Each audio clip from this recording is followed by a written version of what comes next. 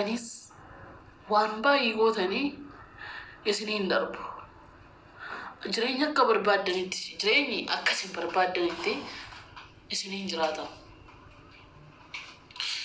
Kanaafiyyuu biyya lafaa kanarraa wanti boqonnaa namaa kennu yoo jiraate du'a qofaadha. Anis amma guyyaa irratti waan hojjedhee isin jibbisiisee isin gaddisiisee warri jirtan dhiifama naa godha. Anaafi guyyaan irraa guyyaa boqonnaa kootiiti. Sittani manu bilbili kena bira jira waan ta'eef siin bilbila. Okay, thank you.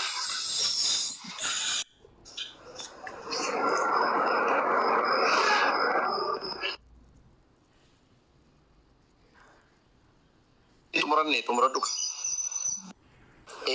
Ani kanan jechuu barbaade fakkeenyaaf ilaala abdii maalidha beekta rakkinni keenya jireenyi nuti lafatti jiraannu mana keessatti miirri nuti waliif qabnu garagara garuu miidiyaarra gaafa dhufnu kan nuti agarsiifnu kan biraati. Tokkoffaa kontentii ati asirratti fiddu jireenyati jiraattu hin dhoksan shaffana taanaan haati manaaf abbaan manaa gaafa miidiyaarra ba'anii haasaan jira, gochi jira, adeemsi jira, amalli jira, hiriyaa jira irraa fageessa taanaan, fira jira irraa fageessa taanaan, booda waan irra qaqqabuuf namni isaaniif dhaqqabu namni isaan ittiin mari'atan hin jiru. Isheen amma bakka dhugaa jirti lubbuu ishee amaaru. Garuu wanta ture irraa namoonni amma jiranu irraa barachuu danda'uu qabu. Ilmi namaa murtoon dhumaasaa filannoon dhumaasaa lubbuu ofii balleessuu ta'uu hin qabu. Wanti hundi madaala isaa karaa eeggateen haati manaa koo hangaafa isheen gadi baatee nama wajjiniin atakaaroo galtu akka namni arrabsu akka namni xiqqeessu waan godhu gaafa isheen dubbattu gaafa isheen hojjettu abbaan manaa eekamuu danda'uu qaba. Wantatti gochuu danda'uu qaba. Dhiisii jedhee gorsuu danda'uu qaba. Likkiitti ta'uu qaba jechuudha. Hanga namni gama hundaan namatti duulee hanga namni nama salacha'utti ta'uu hin qabu. Abbaan manaas gaafa waan nama bultii qabu tokkorraa fokkisu gaafa inni hojjetu haati manaa dhorkuu danda'uu qabdi. Gaafa namni dubartiin tokko gaafa miirri ishee kanaan dura gammachuun ishee badu abbaan manaa maal taateetu maaltu sitti irratti rakkootu jira. Yoo isheen isatti machuu diddellee kottaati gaafadhaa jedhee hiriyoota isheetti mee maa inni rakkoon kee maaltu sirra ga'e. Dubartiin baay'ee waa murteessuudhaaf dhiyoodha. Du'as haa ta'u jireenyas haa ta'u milkaa'inas haa ta'u kufaatiis haa ta'u wanta gootu tokko murteessuudhaaf yeroo dheeraan fudhattu. Kanaafi warri haadha manaa qabu warri jaalallee qabu hangam tokko ordofaa jira hangam tokko miira jiraa hubataa jira. Ba'aaf gala ishee bultii ishee gammachuu fuula ishee irra jiru haala isheen itti jiraattu hammam tokko hordofaa jiru. Maatiinoo hangam tokko walitti mufatanillee mucaa koo akkam jirta maalirra jirta jireenyi kee akkamii jedhee iyyafataa jira. Namoonni baay'een namni bakka irraa gaafa argu hiriyaa baay'ee akka qaban itti kan beeku namni baay'een itti marsee akka jirutti kan beeku garuu isaan kophummaadhaan Sinafa wanni dabar injiru gonkum ariifattanii tarkaanfii dudduubatti deebi. Amma booniin boqatte already. Booniin aara galfatteetti waan isii gube sanarraa waan tarkaanfii kana si fudhachiiserraa booniin already aara galfatteetti bakka injirtu si kan gubatu eenyu beektu haadhase abbaasi jalqaba irratti kan gubataa jiraatu yoo jaarsisi ta'e meebii booda fuuchuu danda'anni fuudhee jiraachuu danda'a booda ilmoo dhalche. Garuu kan gubataa jiraatu maatii qofa. Yoomuu gubaan kun yoomuyyuu gubaan kun keessa isheetii bahuu hin danda'u maatii. Yoomuu gubataa jiraatu. Yoomuu aaran galfatame jechuudha. Isinii galee? Kanaaf anuu qaatan of jibbe ijoolleen jettan jirtu koomentiidhaan argaan jira. Of jibbuu dandeessaa maallaqa maatiitti ergitee maallaqa maatii jalaa balleessuu danda'a. Nama wayii jaallattee mana naa ijaareenyaa maallaqas jalaa balleessuu danda'a. Na amani wallaahi. Ati harka kee duwwaa addunyaa kanarra dhufte ati harka qophaa kee addunyaa kanarra dhufte boriftaa wanni hin jijjiiramne hin jiru addunyaa kanarratti. Waan mucaa kana aarse guyyaa sadii dura namni nagaa ture namni jaalallee afaan ol dhungataa ture wanni nama itti of ajjeesuuf dhiisuu danda'a. Dhugaa rabbiituu nama qabaatte yoona akkoo namatti matteetti mucaan kun waan ishee cinqe kan. Yoona nama wayiitti matteetti nama sanatu qaqqabuu fidide malee. Yookiin jaarsasii ta'uu danda'a yookiin hiriyaa lubbuu ta'uu danda'a himatteetti yoona mucaan kun. Garuu hin qaqqabneef abbaan ta'e. Ituu qaqqabeera ta'e dhugaa rakkoo sana fureeraaf ta'eeti tarkaanfii fokkisaa kana ofirratti hin fudhattu mucaan. Never booniin never ever. Ndee boonni hundumti keenya beeknaa nama meeqa arrabsaanii oola boonni akka durba Oromoon taatu boonni akka durba Oromoo adaban qabdu maaliif isuma isin taffe jettu isuma isin akka ijoollee magaalaa taatuuf isuma isin akka ijoollee magaalaa ijoollee raapparii kanatti taphattuuf haasoftuuf sini galee injibbu ijoolleen keenya danuun in arrabsuun suuraa sii gadi deebisu jechuun hin taane jedhuun booniin ituu of ajjeessi taatee yeroo san of ajjeessi ture baay'ee arraba namaatiin sini galee wanni ishiidhaan hin jedhamin hin jiru amma isheen iddoo dhugaa jirti garuu nama dhugaasii nama gubaasii hubatuuf dhabdee mucaan kun tarkaanfii kan ofirratti fudhatte mee booda seerri waan jedhu waliin laalla yoona seerri hin qorata nummoo asirratti waa jechuun barbaannu waan jechuu qabaachuu dandeenya garuu seeraa olii miti namni kamuu biyya seerri jirudha. Seerri waan jiru qulqulleessa.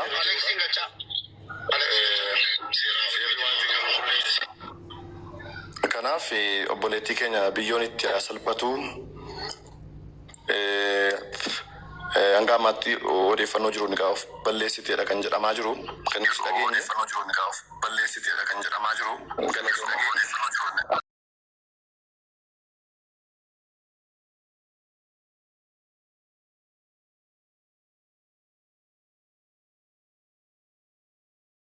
Ulfaadhu galatoomi ergaa hawaasaa dabarsite.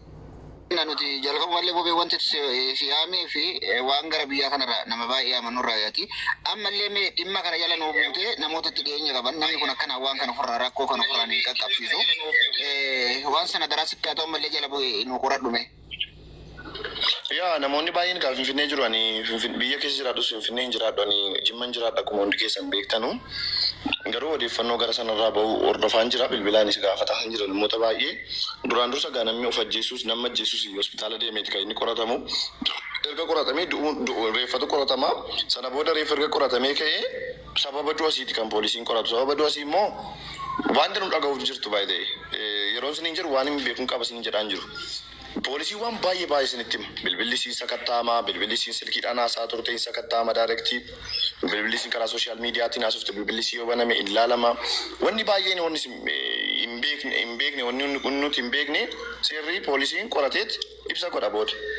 So amma sitti obsuudha garuu ibsa kana immoo poolisiitu baasa miti poolisiin immoo waan jiru ni baasa ala baasu immoo hordofuudha namni baay'een akka saateetti akkuma itti mul'atetti miidiyaa isaa irratti gadhiifachuu danda'a. Garuu sun dhugaa ta'uu dhiisuu danda'a dhugaas hin ta'u.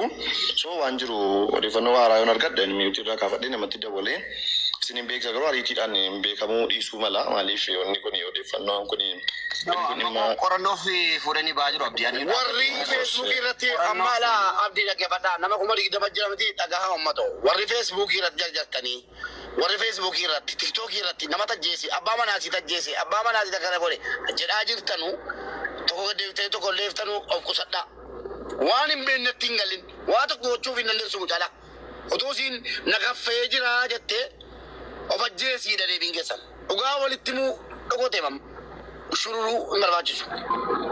Dubartii komentii irratti mucaan sila guyyaa abdii meelee deemaa laalame warri feesbuukii isii qabdan jala galaa laalaa jira.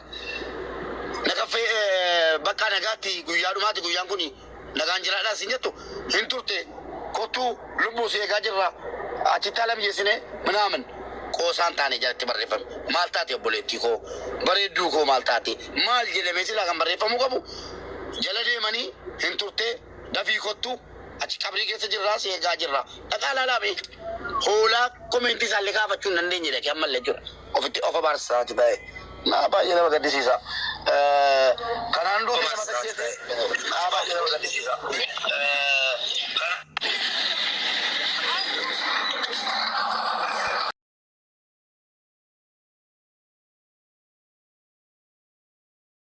Alex. Jalqaba irratti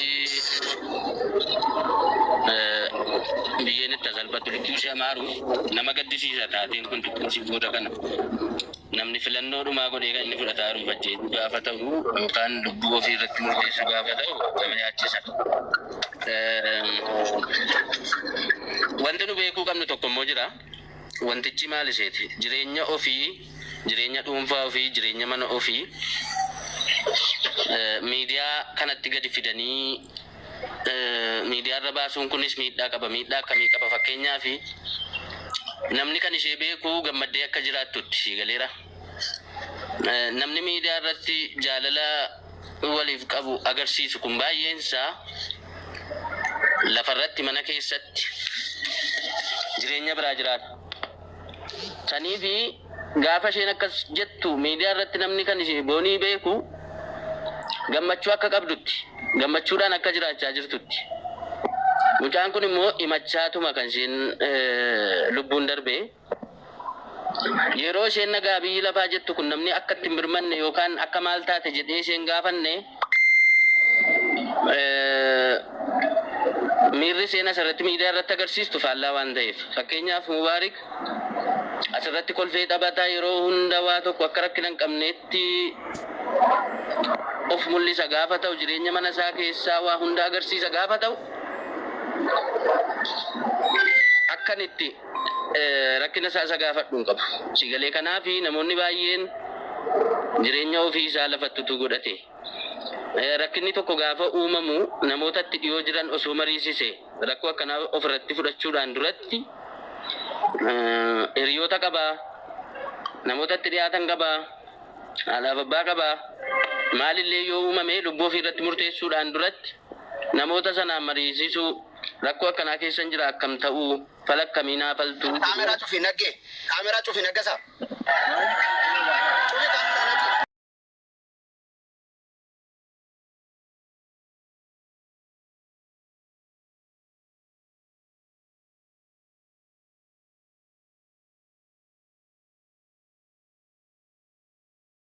Nam tokko viidiyoo akkam banne maaliif akka ta'e beektu tokkoffaa hordofamaa jiru. Namoonni baay'een miiran taane keessa galeera waan ta'eef viidiyoo akkam banne namni achi jirtu.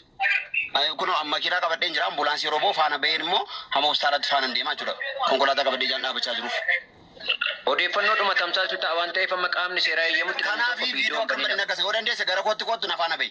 Nama tokkoon qabadhu baanaan isaan faanuma ba'a ambulaansii faana. hin banina. Viidiyoo hin banina.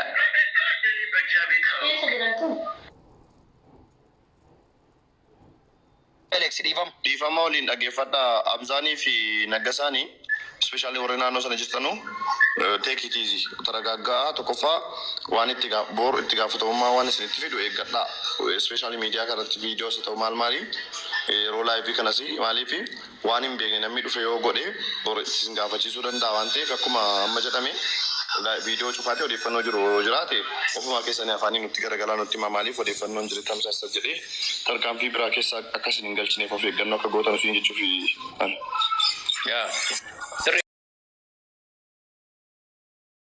Ragaa mataa isaa kennutti kalaa hin taane miidiyaa hawaasaa irratti waan hin taane bittimsuun seeraalee nama gaafachiisa waan ta'eef isa kanarra of qottoo base. Akkasii. Odeeffannoo suutaadhaatii barbaadaa irraan kan hafe viidiyoo wanti hin godhina.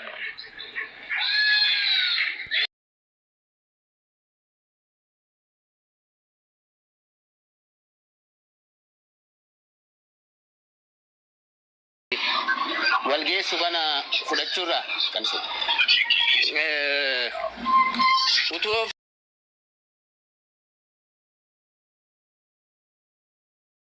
itiin abdii kutannaa mul'atu kuni yoom akka dhaabbatu namaaf hin galu.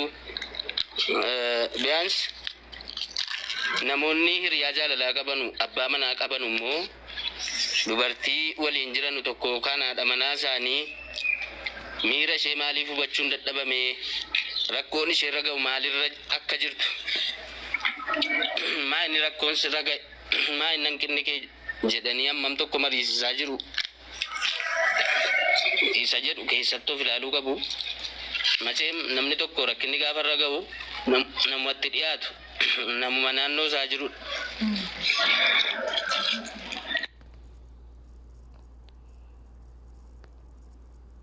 Seggadhu jimaatu tini jedhee natti fakkaata of eegi dhuguma hidhee Alex baay'ee yeroo danuu agartanitti ta'e faamilii jireenya keessan gammachuu miidiyaa irraan baatina baay'ee Alex illee cubbuudhaan as jira dubbataa ture.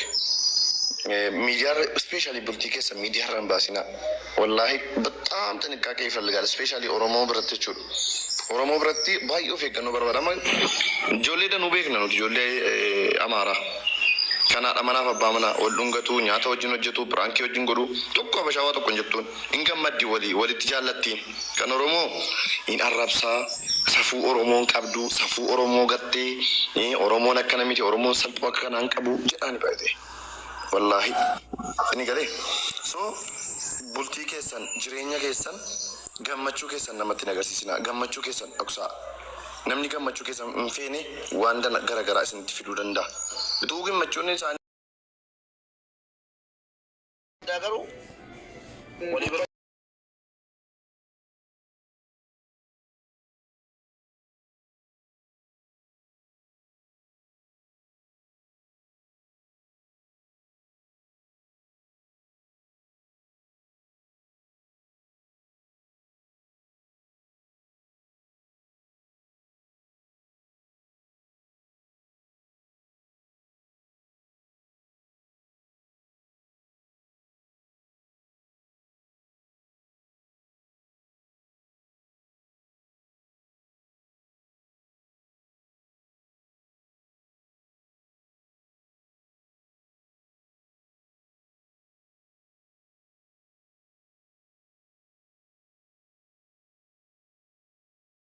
السلام عليكم ورحمة الله وبركاته.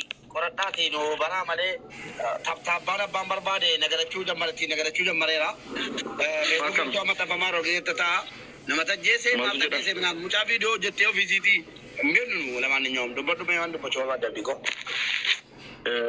duraan dursee obboleettii keenya boqochuun si kan falmii keessa nama galchaa ture jalqaba akkuma dhageenya uummataan keenya irraa viidiyoos hojjedheen turanii